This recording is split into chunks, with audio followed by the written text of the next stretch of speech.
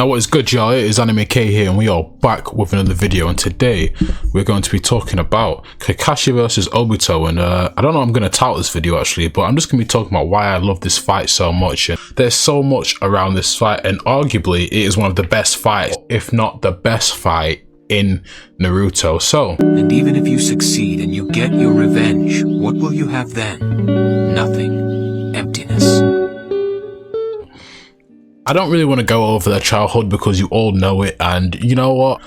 Really, there's just no point me going over every single part of their childhood. I don't want you guys to have to listen to me going over how Obito was jealous of Kakshie and Rin and how Obito loved Rin. We all know that. But the first thing we're going to talk about here is the Battle of Kunobi Bridge. This battle was an important battle, right? This was the battle to basically decide if the Hidden Leaf was going to win the war or lose the war to the Hidden Stone, because the Hidden Stone was using that bridge as a way to get to Konoha, and basically it was like an easy access for them. So by Konoha destroying that bridge, it would have been harder for the Hidden Stone to get across, plus allowing the Leaf Village to win the battle. On top of that, Minato defeating 1,000 of their shinobi wasn't also bad either. That also helped, you know, just a little bit. But in this battle, right, this is where Obito dies, and Obito dies because he gets crushed by a rock. I say that without laughing because there's been so many memes of Obito's death that it just kind of gets funny, but in all seriousness, it was a sad death. Obito dies and Kakshie somewhat feels responsible or is really upset. Now, first of all, before we talk about Obito's death, I want to talk about the Obito before he died, because if you remember, the Obito before he died, he's very sweet. He used to help old women. He was very cheerful. And there's one scene in particular that I want to talk about, is when Obito and Kakshie are deciding whether to save Rin, and Obito gives this speech to Kakshie, and he basically says along these lines, he goes, "People who don't follow the rules are scum, but people who would leave their friends behind are even bigger scum." The reason why I bring that line up, because I think that line defines Kakshie as a whole. It defines how Kakshie lives the rest of his life, because he always goes back to that scene, you know, when he first gets Team 7, and even when he fights against Obito in the 4th Great Shinobi World War, he brings up that speech, that very thing that Obito said to him. And I think what Obito said to him, and obviously Obito's death, I think it really weighed heavy on Kakshie, because he probably had thoughts thinking, look, if I had just gone with him to save Rin, if I had just been with him, if I had just been there in time, maybe it would have gone different, and it could have gone different, and we would never know that. But as humans, we always wonder, what if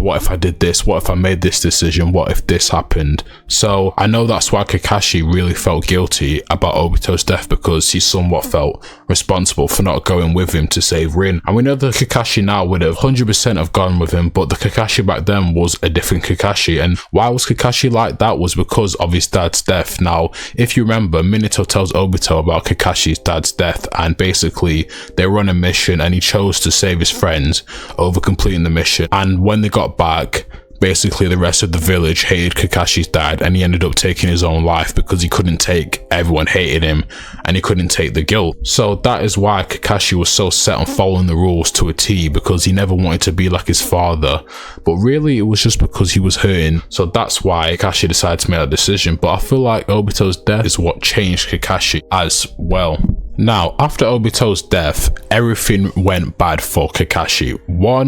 After this, before this war even ended, right, let me give you a little recap of what happened if you guys don't remember. So basically, right, Rin and Kakshie were being chased by hidden Miss Shinobi, but they were basically fake chasing them, because if I remember correctly, I think it was the One Tails. I can't remember what tail beast it was. It'll be on the screen, but they put a tail beast into Rin, and basically their idea was to release it in the Hidden Leaf and then go in and attack after. Now, for me personally, I don't know how this would have worked, because I don't know if they had maybe some activation in Rin that they used, or maybe they had something that they could do to activate the tail beast. I don't know how they would go about doing that, but that's a video for another day. But still, their plan was to basically let the tail beast go ham in the Hidden Leaf and destroy everything, basically what Obito did years later. But Rin, being the hero that she is, and she is a hero, we have to give her that, even though she played a small part in the anime, she is a hero, sacrificed herself for the Hidden Leaf and jumped in front of Kakashi's Chidori. Now,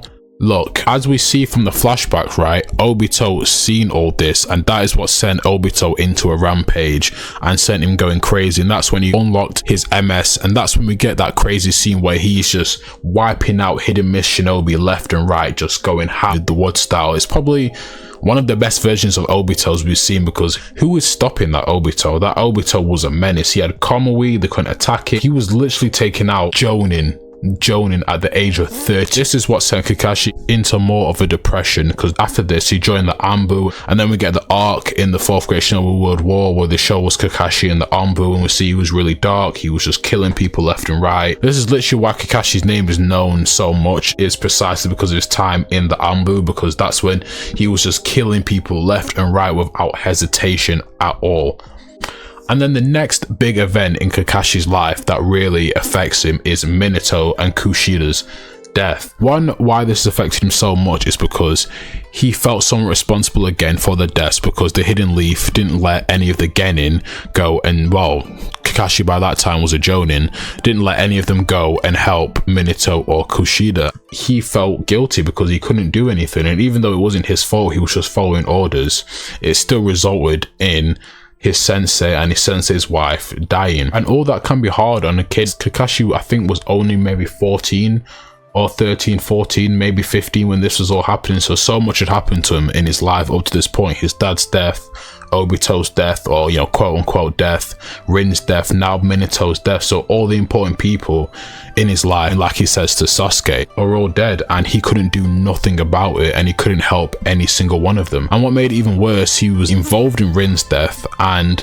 Obito's death, if he'd have just made a different decision, could have gone differently, and Minato, maybe if he was there to help him, it could have gone differently as well. So all that is playing on Kakashi's mind, and you know what, I don't blame him turning cynical and not wanting to talk to anyone, because that is hard on anyone, and that's why people praise Kakashi so much for not turning into Sasuke, because Kakashi could have easily been Sasuke before there was a Sasuke. He could have easily blamed Minato, he could have blamed the Hidden Leaf for not letting him go and save Minato after that. He could have easily been another Sasuke, but he still decided to stay true to the Hidden Leaf. And now while all this was happening, right, after Rin's death, Obito decided to make a plan. Well, he didn't make the plan, it was Madara that had the plan, but I basically give the credit to Obito. He's the one that carried it out. Madara didn't do anything, but Obito had a plan to start the Infinite Tsukiyomi, where I'm guessing he wanted to live in a dream world where he was with Rin. I don't know what he had planned. I would have loved to see that, actually. That would have been a good thing to show us what Obito would have actually done if he'd started the Infinite Tsukiyomi, what his dream would have been like. But Obito has a plan to start the Infinite Tsukiyomi, and the first thing he does is recruits Nagato and Konan and forms a new version of the Akatsuki. And then after that, that's where he helps Itachi kill the Uchiha clan and gets attached into the Akatsuki. And then the Akatsuki start bringing other people in, and Pain is basically the pseudo leader of the Akatsuki, even though really it's Obito, but Obito decides to stay in the shadows and work behind the scenes. Now, look, I'm going to fast forward all the way to the 5 Kaguya-sama arc here. Now, I could talk about everything they did in between, you know, Kakashi training Team 7, Obito obviously collecting more tail beasts, but it's not really important to their stories. That's more important to the actual Naruto story. I'm going to skip to the 5 Kaguya-sama arc where Obito declares the 4th Great Shinobi World War, and then they all gear up for battle. Obito has his White Zetsu army and the reanimations, and then basically on Kakashi's side, every one of the 5 great nations come together and form the Shinobi Alliance to protect Naruto and Killer Bee and stop Obito from getting the last 2 tail beasts that they needed. Okay, so next I'm going to talk about Kakashi, Might Guy, and Naruto versus Obito. Now, why I like this fight, you know, it's not really an important fight, but I just like the back and forth between Obito and Kakashi, because without Kakashi being there, Obito would have killed both Might Guy and Naruto, because he nearly had 2 chances to do it, but because of their teamwork and because of them working together so well, and because of Kakashi's Kamui countering Obito's Kamui, it really made for an important fight. And Kakashi, if not for him, he's one of the main reasons why they was able to win that war in the first place, because if Obito would have had both of his eyes, I don't think anyone could have stopped him. So that's why I bring up that fight, just to show you how important Kakashi was and how much of a kryptonite Kakashi was for Obito. And he probably regretted giving Kakashi that eye because of how much, you know, it came back to bite him and stop his plan in the first place. But now we move on to the fight itself. Obito versus Kakashi. Now, why do I love this fight so much? The hand-to-hand combat, we don't see enough of that in Naruto. Now look, I know Naruto's all about ninjutsu and powers, and I think it's another reason why I love an anime like Vinland Saga, where it's just straight up hand-to-hand combat, because this is probably one of the only fights in Naruto where it's just straight up blow to blow, choreographed, the music all perfectly done. Now the next point I'm getting to, when Obito pushes his younger self out the way. Now you guys let me know if you think I'm diving too much into this, but one, I think it meant pushing all the doubt he may have had in his head about doing this. I mean, even though Naruto basically taught no jutsu'd him after, but let's just say he pushes all the doubt out of his head by pushing his younger self out the way. Also, I think he's trying to show Kakashi, look, I've changed. I'm not the same Obito you once knew, and you need to accept that. If you don't accept that, well, that's not my problem. I'm just going to kill you anyway because you're in the way of my plans. And I think thirdly, it just shows basically to the people watching that, look, Obito's not that same Obito. And it's such a cool moment seeing him push his younger self out the way, and then him and Kakashi go to head. You know, Kakashi Chidori's him through the heart, Obito gets him with his black rods. And then the final part I want to talk about here is the famous speech he gives. The famous speech. Now, let me get the speech up for you guys. I'm not going to read the whole speech for you guys, but I'll read the most important part. And he goes, look at me. There is nothing in my heart. I don't feel pain any longer. You don't have to feel guilty, Kakashi. This hole was opened up by this world of hell. And that's where Obito goes on to criticize not only the Hidden Leaf Village, but the shinobi system in general. And look, he gives a very powerful speech there, probably one of the best speeches in the show, because it was him getting off all that anger he had in his heart.